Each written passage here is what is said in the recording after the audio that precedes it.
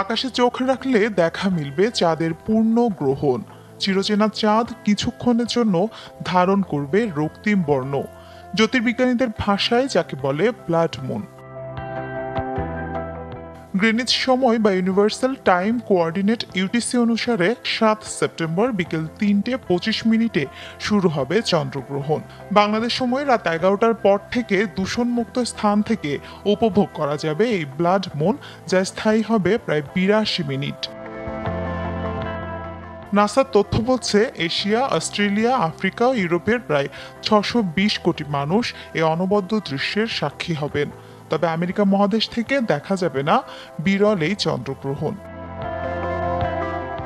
সূর্য ও চাঁদের মাঝখানে পৃথিবী এক সরল রেখায় চলে এলে পৃথিবীর ছায়া চাঁদের উপর পড়ে, আর তখনই হয় চন্দ্রগ্রহণ। এ সময় সূর্য থেকে চাঁদে পৌঁছানো একমাত্র আলো পৃথিবীর বায়ুমণ্ডলের মধ্য দিয়ে প্রসারিত হয়, যার ফলে পৃথিবীর মানুষ চাঁদের লালচে বা রক্তিম চেহারা দেখতে পান। সবশেষ চলতি বছর মার্চে পূর্ণ চন্দ্রগ্রহণের সাক্ষী হয়েছিল বিশ্ব।